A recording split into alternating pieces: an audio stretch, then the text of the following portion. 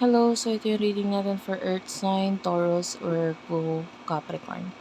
Take only what resonates. Ako po si Madam P. If you want to book a personal reading, doon na lang sa aming Facebook page, Madam P. And if you're willing to wait kasi honestly marami pong nagpapabook ng reading and marami nag-i-inquire. So,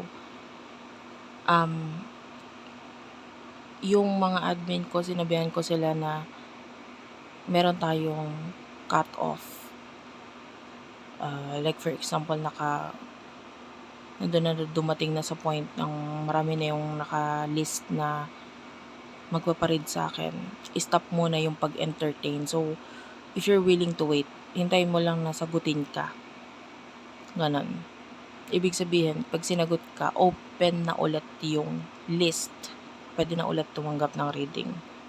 So, kapag hindi ka pa in-entertain, ibig sabihin, full pa yung list. Of course, para hindi ang tawag dito, yung mahaba masyado yung list natin. Okay, so wala lang, in-announce ko lang. So let's start your reading. Pasensyaan mo na yung ilaw. This is the only light na kaya kong i-provide ngayon. Maliwanag naman siya dito sa part ko. Hindi lang ako mag-iilaw ng malakas ngayon kasi malapit lang yung aking anak na natutulog. And ayoko nang masyadong maliwanag kasi nga baka magising. And yung boses ko, as much as possible, mahina lang. Pero malapit naman ako dun sa sa phone. Kaya medyo malakas naman siya, I think, dyan sa part mo, sa side nyo. Take only what resonates. Please do comment down below. Any comments, kahit po heart, tuldok, malaking bagay sa akin yan. Please help our channel grow. Mag-subscribe kayo, guys. Let's start your reading. The Emperor, Five of Swords, Six of Pentacles, Taurus, Virgo, Capricorn, Gemini, Libra, Aquarius, Aries energy. By the way, this is timeless kahit matagal nang uploaded ang video, okay lang yan. Kung ngayon mo dapat ito mapanood, ngayon mo nakukuha yung message, nakaka-relate ka, maybe this is the time talagang dapat mo marinig ang message dito. Aries energy.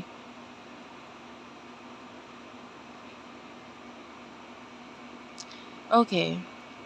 Nakakita tayo ng mga losses. May mga nawala sa iyo nito, mga nakaraan. And actually, yung mga nawala, natapos. Kahit ano yan ikaw na nakakaalam kung ano yan, mga nawala sa buhay mo. There's some kind of start or new beginning with the Emperor dito.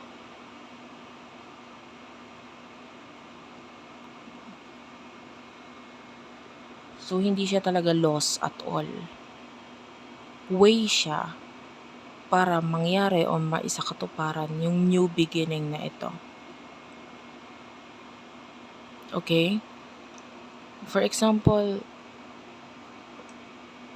with the Emperor,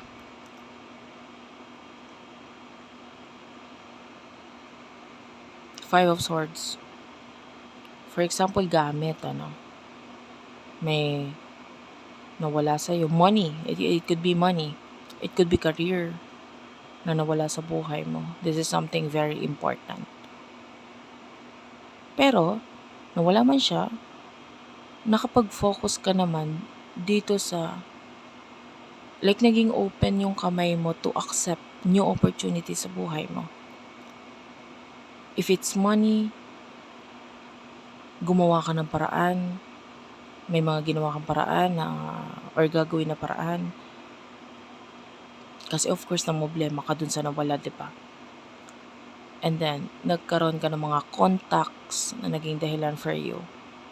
Na maaaring itong mga contact na ito makatulong sa'yo para mas mag-grow ka. No, nawala man yung money, kung hindi kasi nawala yon, hindi ka gagawa ng paraan para mag-grow yung connection mo with these new contacts. for example. And then yung mga new contacts pala na yon, yung magbibigay ng mas maraming opportunity para sa'yo. Example lang to, guys. For those of you, it could be family members, mga nawala sa buhay mo. Family or friends, nawala sa buhay mo. Pero maaaring yung pagkawala nila ay nagbigay ng room for you to grow. Nagkaroon ng room for you para to welcome new people sa buhay mo. Example lang, pero hindi para sa lahat dun. Example, yung iba, pwedeng may umalis na kaibigan, like yung kaibigan mo pwedeng nag-ibang bansa or literal nag-block ka ng kaibigan, or it could be, sige, sama natin yung literal na nawalan ng kamag-anak or namatayan, yan, pwedeng kasama yung case na yan, ano? Pero, nagkaroon ka ng, for example, yung sa namatayan, ano, nagkaroon ka ng new people na nakilala because of that. Or na-develop yung connection mo with other people dahil dun sa event na yun.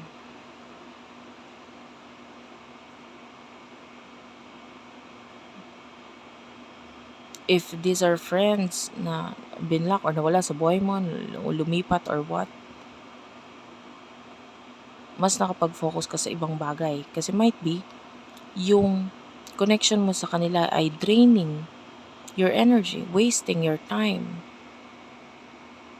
Diba? Sa halip na nagfo-focus ka sa kanila, nag-aaksaya ka ng oras sa kanila, naibigay mo yung oras mo sa mas importanteng bagay sa buhay mo. Which is itong mas natitiyak yung growth para sa'yo. So, any losses, nakikita natin siya as a room for growth para sa'yo, which is good. So, example lang yan, ha? Alin man doon sa example, pwede ka makarelate, pwedeng hindi, but these are messages for you. Kung hindi ka makakarelate or hindi ka nakarelate, bigay mo sa ibang reading. Tignan mo na lang yung ibang video dyan sa channel. Person nakakonect mo, 10 of Swords, 8 of Cups, and the Wheel. Big change. Actually, nakakita tayo ng ending dito sa person na to. There could be separation or ending sa inyo. The 8 of Cups. Pwede may pinagdadaanan din kasi siya sa usaping family. Yung iba pwedeng no communication. Na nakakita tayo ng mga pinagdadaanan din siya. Especially, it could be sa family niya. The Magician is here. Hindi siya completely nagiging honest sa'yo. It could be regarding sa emotions niya, etc. Ano yung emotions niya sa isa't isa.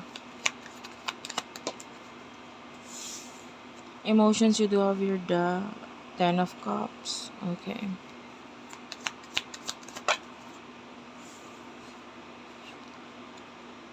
The Death card is also here.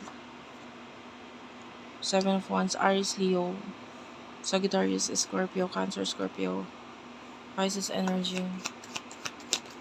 Emotion ninyo sa isa't isa.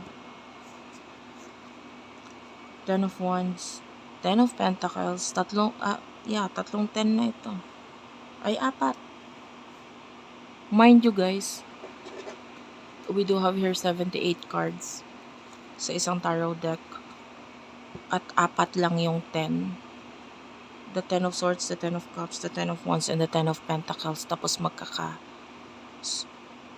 halos magkakasunod siya talaga lumabas, 10 of Cups, 10 of Wands, at saka 10 of Swords, yung nandito sa taas. So, magkakalapit lang din. Knight of Cups, King of Cups, and the 7 of Pentacles. Emotions. With the 10 of Cups and the Death card, the 7 of Wands, I can feel like there's an equal give and take or equal connection. Kung ano yung ibibigay niya sa'yo, yun lang din ang ibibigay mo sa kanya. Like, um, halimbawa sa pagpansin, 'di ba? Or emotionally kung ano lang kayang ibigay nitong taong 'to, yun lang din yung isusukli mo. You're not going to ask for more or crave for more. Nandun. The death card, this is like some kind of rebirth sa'yo. Nabago yung mindset mo. Maybe yung emotions mo dito sa person na to or yung way ng pag-iisip mo sa kanya. Some kind of rebirth. Well, the Ten of Cups, I can see love. Pero nandun yung hindi ka na kasi para ibigay lahat or maybe yung iba sa inyo nagkaroon ka ng clarity or uh, wisdom sa iba.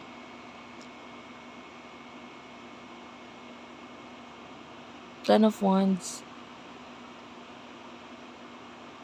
nakukuha ko ito as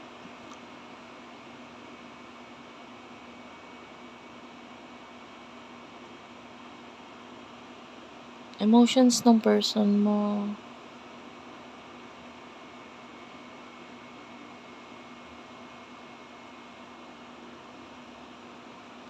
I don't know, it feels like, hindi lahat konti lang. Ayoko kasi mag-assume lahat sa inyo. Pero, some of you, parang gusto niyang makipag-agawan or gusto kanyang agawin. Like, if you're already in a relationship, gusto kanyang agawin. Okay? And,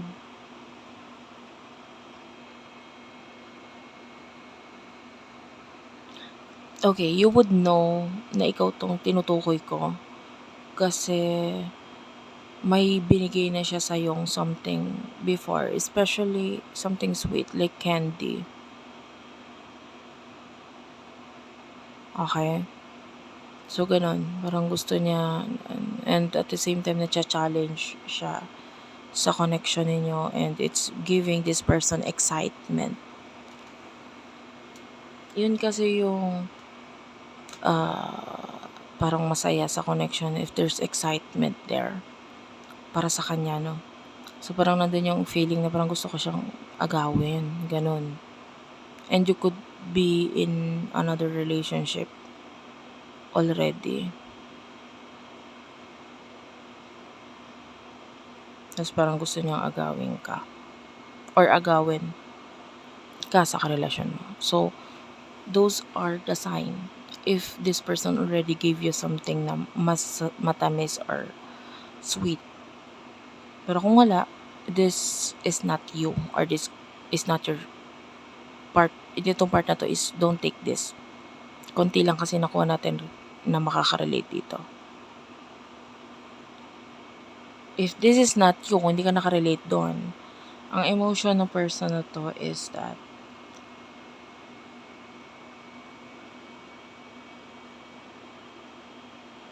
nahiya siya or meron siyang hindi masabi sa'yo. Like, with the King of Cups,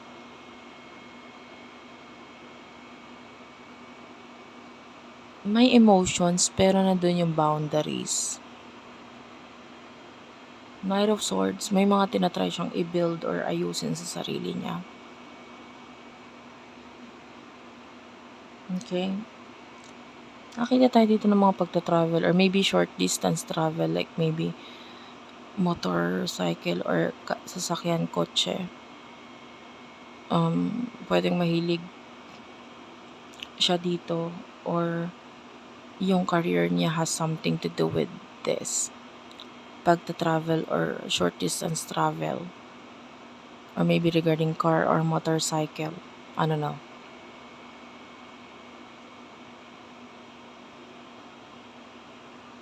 So what will happen in the future for you, for the both of you? Queen of Wands, the Page of Cups. Seven of Swords. Masyadong marami to, hindi ko to kukunin.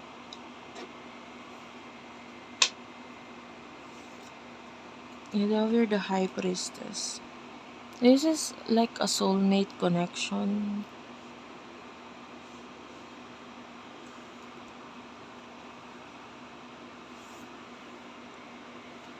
Queen of Wands, nakakita tayo dito ng... Nakita ko dito ng parang pagtatahi or something na ginagawa mo. Page of Cups, maybe may kinalaman sa childhood dreams mo or like pwedeng na ipapakita mo yung creativity mo or you're building something here, you're enjoying yourself. Seven of Swords. Or pwedeng through the help of someone or another person, meron kang mga bubuin. For example nga, diba sa pagtatahi, parang may teamwork in order for you na mabuo itong bagay nito. This is something very beautiful. So, meron kang mga gagawin na ganun in the near future. The High Priestess.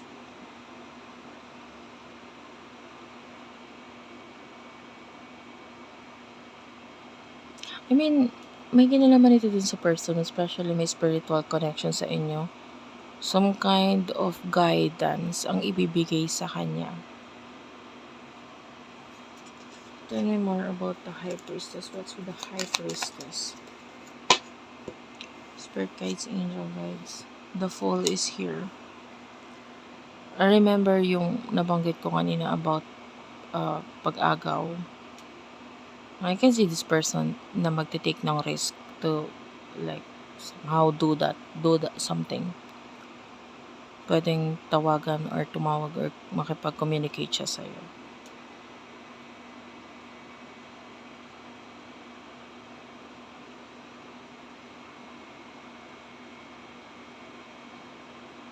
And then for those people na hindi nakarelate dun sa part na yon, dun sa pang-aagaw na part. The Magician, I can see yung continuation ng energy ng person na to na being the Magician, literal, deceitful or hindi nagiging totoo sa sarili niya. Literal na magikero, di ba? Iba yung pinapakita sa kung ano yung totoo. Trickery. And I don't see this person making any actions. Four of Wands, wala siyang ginagawang action and it is because importante sa kanya yung maybe yung career niya, yung stability niya, home niya, money niya, or kung ano yung mga stable sa buhay niya. Maybe even marriage for some of you. Okay.